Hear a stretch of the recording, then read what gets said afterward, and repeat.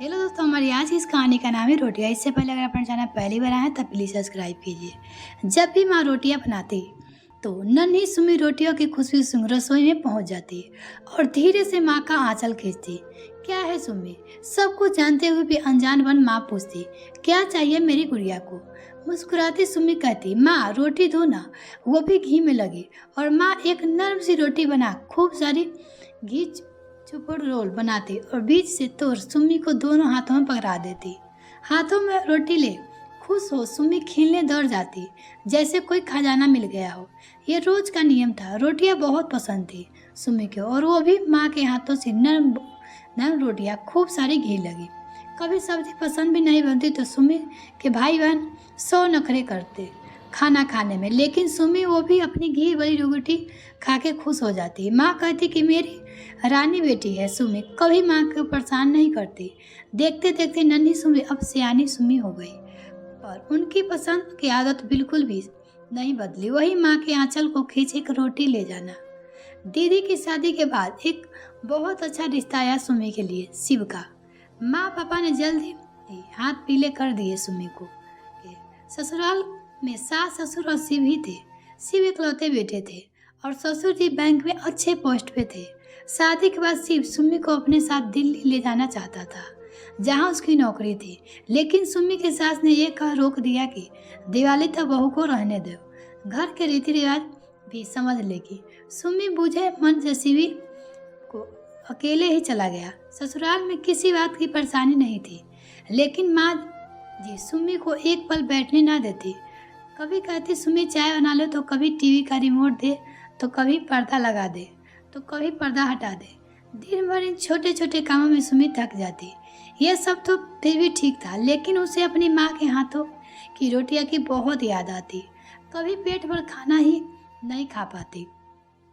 रात को जब पापा जी ऑफिस से आते तब सुमी रोटियां सेक दोनों को खिलाती, फिर रसोई का साफ कर खुद खाने बैठती। तब तक तो रोटियां ठंडी हो जाती। एक निवाला भी ठीक से खाया नहीं जाता। सुमी से बहुत रोना आता, पर चुपचाप आंसू पी लेती। एक दिन सास ससुर को खाना खिला दिया और दोनों सोने चले गए। टेबल पर सुमी अपनी प्लेट लिए खाने बैठी। ठंडी हुई रोटी बिल्कुल खाई नहीं जा रही थी और भूख भी बहुत लगी थी। धीरे से प्लेट सरकार टेबल पे टिका दिया। आज माँ की बहुत याद आ रही थी। आंसू खुद भी आंखों में बहने लगे। दिन भर की थकी सुमी टेबल पर ही सो गई। नींद में सुमी बड़बड़ा रही थी, माँ भूख लगी है, गर्म रोटियां खिलाओ ना, घी वाली। तभी लगा जैसे कोई सिर सहला रहा है, जैसे ही माँ ही हो। माँ माँ कहते सुमी को नींद खुल गई। देखा तो पापा जी थे।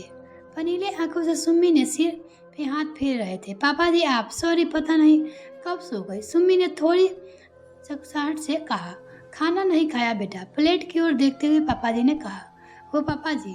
वो सुमी को कुछ जवाब ही नहीं सूझ रहा था। पापा जी ने प्लेट उठाई और सुमी की ओर चल दिए। पीछे डरी सहमी सुमी भागी। पता नहीं क्या होगा आज, सोच सोच के सुमी की जान निकली जा रही थी। पापा जी ने फ्रिज से आटा निकाला और रोटियां बनाने लगे। ये क्या कर रहे हैं आप पापा जी? सुमी ने रोकना चाहा, लेकिन आज तो जैसे सुमी को ससुर जी ठान ही लिया था कि अपनी बहू को गर्म रोटी खिला के रहेंगे। देख बेटा, गोल तो नहीं पर कच्ची रोटी नहीं खिलाऊंगी तुझे, ये पक्का है। जब पापा जी ने कहा तो सुमी खिलखिला के हंस पड़ी। रसोई से आती आवाज़ों को सुन सुमी की सांस की नींद खुल गई। जब रसोई में आई तो वो चौंक गई। ये क्या आप इस समय ये क्या कर रहे हो? वही जो तुम्हें करना चाहिए था। मतलब आश्चर्य से सुमी की सास ने पूछा। बेटी बना के लाए थे ना सुमी को हम, फिर तुम माँ से सास कब बन गई? शिव की माँ। आज दिन में अपनी माँ को याद कर रही थी सुमी। खाली पेट सो गई थी रोते रोते। पता है क्यों? क्योंकि ठंडी रोटी से खाई नहीं जाती और इसकी माँ तो नहीं है, तो यहाँ तो सास है जो अपनी बहू को गर्म खाना कैसे दे सकती है। शर्म से सुमी की सास ने सिर झुका लिया।